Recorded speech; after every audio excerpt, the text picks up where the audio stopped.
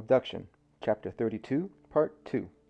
The phone rang and rang. I expected to get Natasha's recorded answering machine message, but it never came.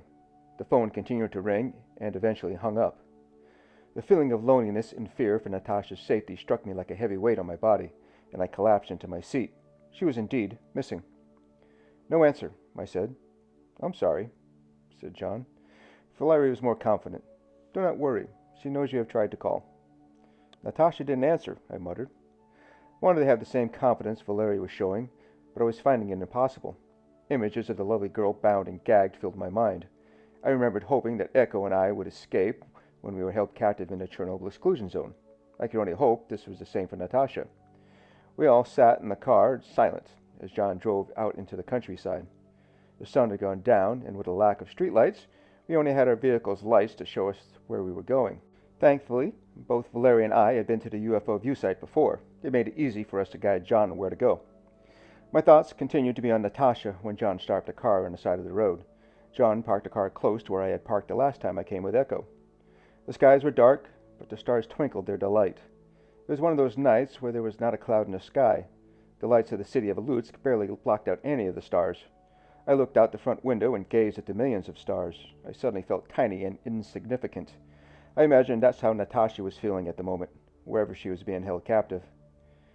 "Is this where the mutilated cow was located?" asked John as he shut the car's ignition off and turned to look at me. "It is," I answered. "The cow is about 70 meters in the pasture to our right." The three of us looked out into the farmer's pasture. Once again, silence fell over us as we stared into the abyss. Outside of the fencing, I could not make anything out past it. It was all blackness. "Let's go have a look," muttered Valerie. John and I looked at each other. I was almost sure that my best friend was thinking the same thing I was.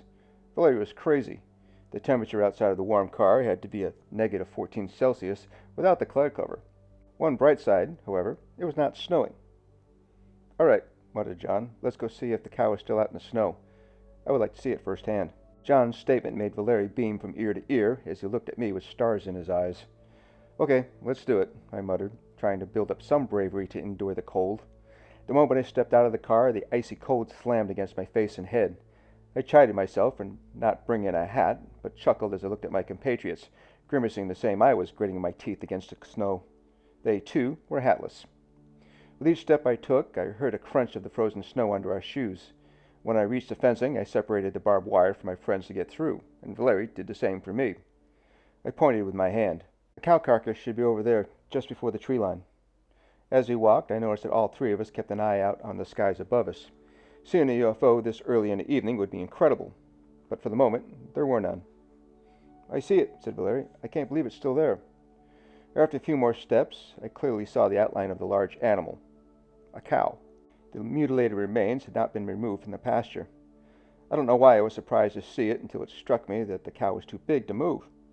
The owner would need a tractor to haul it away, and with a foot of snow on the ground, it wasn't going to happen. Once we reached the dead cow, it was evident that decomposition was slowly happening, and the birds had started to peck at it. The eyes were missing, and the flesh was slowly melting away. However, you could still determine where the animal had been cut open and where the animal's organs had been removed. "Poor beast," muttered Valerie with a puff of steam created from his breath in the cold air. "I can only imagine the terror it went through," said John as he crouched by the dead animal. "This last moments had to be terrifying." I turned my gaze from the dead cow toward the tree line. My heart jumped when I saw the shadows moving. I felt an icy chill not caused by the cold of winter, but of fear running through my veins. "We need to run back to the car, guys," I said as I backed away from the carcass and turned toward the car. "Why?" asked John. "There are aliens along the tree line," I muttered as I broke in a run for the car. I didn't stop to see if my friends had bolted as I had. I knew if the aliens caught us, it would not be pleasant. Running on top of the snow that was crusted over on top was close to impossible. With every other step, my legs sank up to my knees.